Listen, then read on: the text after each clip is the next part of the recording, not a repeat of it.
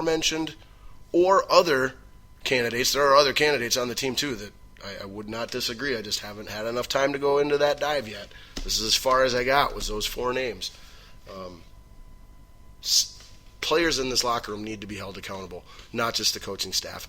Or this cycle of inconsistent play, streaky play, backing into the playoffs and going nowhere in the playoffs. It's just going to continue if we don't get rid of some of these players and send a message that they are accountable on this squad as well, not just the coaching staff. All right, well, there is our wild Balls on Fire. So Balls on Ice was Balls on Fire tonight. A little ironic. Take a quick look around the NHL playoffs quick, so you know who's all facing off in round 2 there. And then we'll go to the NBA real quick, as I actually have a Balls on Fire similar topic there as well. And then we'll do the playoff look there. So kind of a pair of Balls on Fire here this week before we get to the meat of the show, which is our mock draft. All right, so taking a quick look at the first round of the NHL playoffs. As I mentioned, the number 1 seed Dallas Stars defeat the Minnesota Wild in 6 games, 4-2. They will take on the Dallas Stars will take on the St. Louis Blues, who beat the Chicago Blackhawks in 7 games.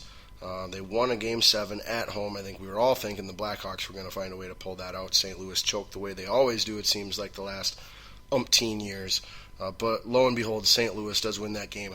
Look for that Stars-Blues series in the second round to be a very good matchup and series. We'll see the Stars' speed and offense versus the Blues' power.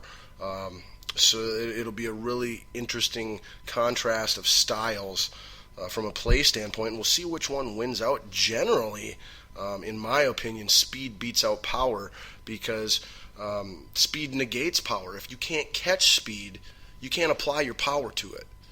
So that's where I usually like speed in those matches. However, if St. Louis can find a way to skate with Dallas, Dallas has no shot in this series. But if Dallas can outskate the Blues, which they should be able to, I like the Dallas Stars to advance to the Western Conference Finals there. Then also we've got a series out in the West that is not done yet. Let's get to that in a second. We had my pick, the San Jose Sharks, defeat the LA Kings, who were the higher seed in that series, 4-1. They're moving on. And we've got another 7th game here tonight. Actually, it's on right now, or in a little bit, this Wednesday night here. Game 7 in Anaheim between the Ducks and the Predators. That has been an incredible series where the Ducks lost the first 2 games at home. Looked like it was going to be an upset, but then they came back and won the next 2 games on the road in Nashville. I'm not sure if they won Game 3 at home or not. If there has been a home game won at all in this series, I'm not sure. Ducks were my pick to make it to the finals for Lord Stanley's Cup, so I'm sticking with them. I hope they don't get knocked out. And as I mentioned, the winner of that series, hopefully the Ducks, maybe the Predators, we'll find out tomorrow morning, or tonight I should say, will take on the San Jose Sharks. Look for, the Sharks are hot. Hard to pick against them, but I still like the Ducks if the Ducks make it out. But either way, it should be a good series yet. Teams that are playing good hockey, regardless of the matchup. Then looking out east, we had the Capitals beat the Flyers in 6 games. The Capitals are the 1 seed, best team in all of hockey by far this year, regular season-wise. They will be taking on the Penguins, who easily handled the Rangers 4-1. Then in the other bottom half of the series, we had an upset. Number 1 seed Panthers lost to the Islanders 4-2. As I predicted, the Islanders would win.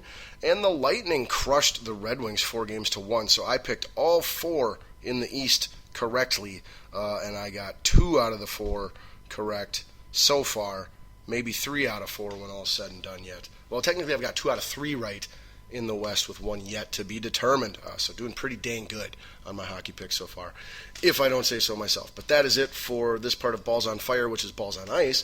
Now we will switch over to our second half of Balls on Fire, which is Balls Dribble, where we talk NBA basketball. And like I said, there is a specific topic in the NBA world that's got me on fire as well, and I'll try to talk about it just a little bit because I do not want to take away time from our mock draft. But so we start off where I'm on fire, and that results from the NBA regular season awards that are being handed out so far. So far, we've had a few awards handed out. We've had Sixth Man of the Year, awarded. That going to Jamal Crawford of the Clippers. Seems to kind of be his thing, almost his award almost every year. We've got the Defensive Player of the Year for a second year in a row, Kawhi Leonard. Very rare for a non-big man to win that award ever, let alone in 2 consecutive years. He is a remarkable player all around, just a superstar. And we have no problem with that. Congratulations to Kawhi Leonard. I'm not sure if they've announced Rookie of the Year yet. I don't think they have. We know that'll be Karl Anthony Towns unanimously. He won every single Rookie of the Month award. Inconceivable. It's inconceivable that anyone other than Karl Anthony Towns could win that award, and that it'll be unanimous. I guarantee it'll be a unanimous. But I don't think they've announced that yet. The award they announced yesterday that has got me totally on fire, and you can see exactly how I feel if you check my Facebook post on this, was the announcing of the Coach of the Year award. The Coach of the Year award for the 2015-2016 NBA season went to the head coach of the Golden State Warriors, who won a record 73 games this year, an all-time best regular season record of 73-9, breaking the previous mark of 72-10 set by the 95-96 Chicago Bulls. So, of course, yeah, the award goes to their head coach. I mean, he broke a record. Well, here's the problem. Their head coach, Steve Kerr, this year's NBA Coach of the Year, only coached the final 39 games of the season for the Golden State Warriors. He sat out and did not coach the entire first half of the year. The entire first half. His replacement, assistant coach Luke Walton, who you all know is the guy I wanted the T-Wolves to hire, he coached the first 43 games of the season for the Golden State Warriors and only lost 4 games. Kerr coached 4 games less, coached 39 total games than his replacement at the beginning of the year, and lost 1 more game. In 4 games less of coaching, he lost 1 more time. And in all honesty, anyone with a brain would think that a young team coming off of a championship at the beginning of a long, grueling marathon of a season would be a little bit championship hangover, unfocused, lackadaisical. That would be the harder coaching spot than the second half of the season when you're healthy and you're already established and things are clicking and you're going for this record. You wouldn't be going for this record if your replacement hadn't somehow found a way to get the best out of this team and got them off to an absolute historic record best start. Like they won their first 29 games in a row or something. It was insane. Okay, he finished tied for 8th or 9th, I believe. Luke Walton did in the Coach of the Year award. Can't remember who got second. I want to say it was the guy of the Raptors or something. Coach of the Raptors should have got Coach of the Year award, in all honesty. And then I think Popovich came in 3rd. But just what an absolute joke. In my opinion, this is the worst Coach of the Year award selection in the history of professional sports. Any professional sport. Think of it this way. You've got an 82-game season, and you're voting for the MVP at that specific role for teams, okay? Being coach. If we were voting on the MVP award, let's say Steph Curry had only played the final 39 games on this team, and they won 73 and broke the record. Would you then say that he's the MVP? Playing in less than half of those record-breaking wins? Of course not. Of course not. It's unheard of. It's unfreaking heard of. It's the dumbest thing, most insulting. It's insulting to the award. It's insulting to every coach in the league that coached all 82 games in the season for their teams. It's an absolute joke and a travesty, and I wish more people were outraged about this because it's offensively stupid and unacceptable, and I can't stand it. There is no logical basis for this decision whatsoever. Not one argument. Give me one argument that Kerr actually deserved, only coaching 39 games this year out of 82, that a guy deserves that he deserves this award, coaching less than half of the games for his record-setting team this year. Just ridiculous. I am on fire about it. I will always be on fire about it. It's unacceptable. But so let's get to some other NBA news, and then take a quick look around the playoff picture there as well. And then we'll get done with Balls on Fire, Balls Dribble, throw in our other quickie topics, and then get to our monster mega mock draft. Yes, can't wait. So there was a little news at the end of the Mavericks-Oklahoma City series. Mark Cuban came out and said after the Thunder won the series that Russell Westbrook is an all-star but not a superstar. That's got a lot of basketball fans in panties in a bunch.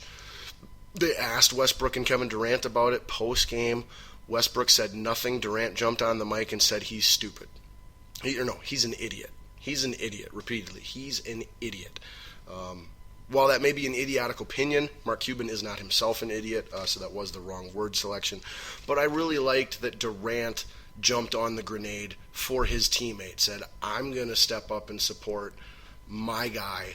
I'm not going to let him be in a situation to possibly look, the bad guy, look the villain, somehow come out losing in this situation. So, much respect to how they handled it overall. But there are always things you could do better. It's a little story there. Now we get to the big stories in the playoffs. There are 3 major injuries that have all taken place here since the last time we talked, 2 of which are for the Los Angeles Clippers, the 4 seed.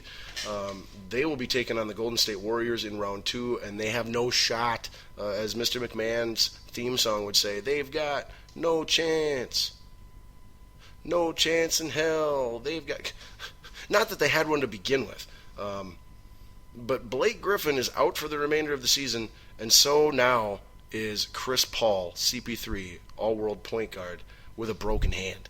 A broken shooting hand, nonetheless. So their 2 best players gone. They have no shot of advancing anymore, even if they did before. And honestly, they kind of did, because right before CP3 broke his hand, Steph Curry ruptured or tore or damaged, we'll just say to be safe, ligaments in his knee and is out for at least 2 weeks. So the best team in all of basketball, the best regular season team ever, record-wise, is without their MVP best player at point guard. And boy, if you had a healthy Clippers team, they might be able to knock them out without Curry. But without CP3, no chance. No chance. Even if the Warriors don't have Curry, which they don't, 0 chance that the Warriors don't get past the Clippers easily with them not having CP3 and Blake Griffin. That being said, if Curry is unable to come back for the Western Conference Finals, for every game of the Western Conference Finals, and be himself, be able to perform at his level, the Warriors have no chance of getting past the Spurs, and we will see yet another Spurs versus LeBron James Finals matchup. All right, so taking a quick look around the playoff series to get you up to speed. Some are done, some are still going on. Out in the East, the 1 seed Cleveland swept the 8 seed Detroit Pistons. However, most of those games were extremely close. So don't think it was a blowout series. Just the Pistons couldn't win a close game, but almost all the games were close. Let's see. Other series that are over, the Oklahoma City beat the Mavericks in 5. What else do we got? The Spurs swept the Grizzlies in 4. The Rockets tonight looking to close. The Warriors, looking to close out the Rockets tonight in Game 5. They're up 3-1. The Clippers and Trailblazers currently tied in that series at 2 games apiece. Boy, now with those Clippers injuries, maybe the Trailblazers will upset them. That is possible too. Out east, we've got the Hornets winning today by 2 points over the Heat, and they take a 3-2 series lead now in that series. We've also got the Atlanta Hawks up 3-2 on the Celtics. I think they had a major injury for Atlanta as well. Toronto leading 3-2 on the Pacers. A little surprising that the Pacers are making that competitive of a series there. So there, I believe that is all of your current NBA playoff picture standings. Yeah, pretty sure that's what we got. So, yes, semifinals. We will have the Thunder versus the Spurs. That is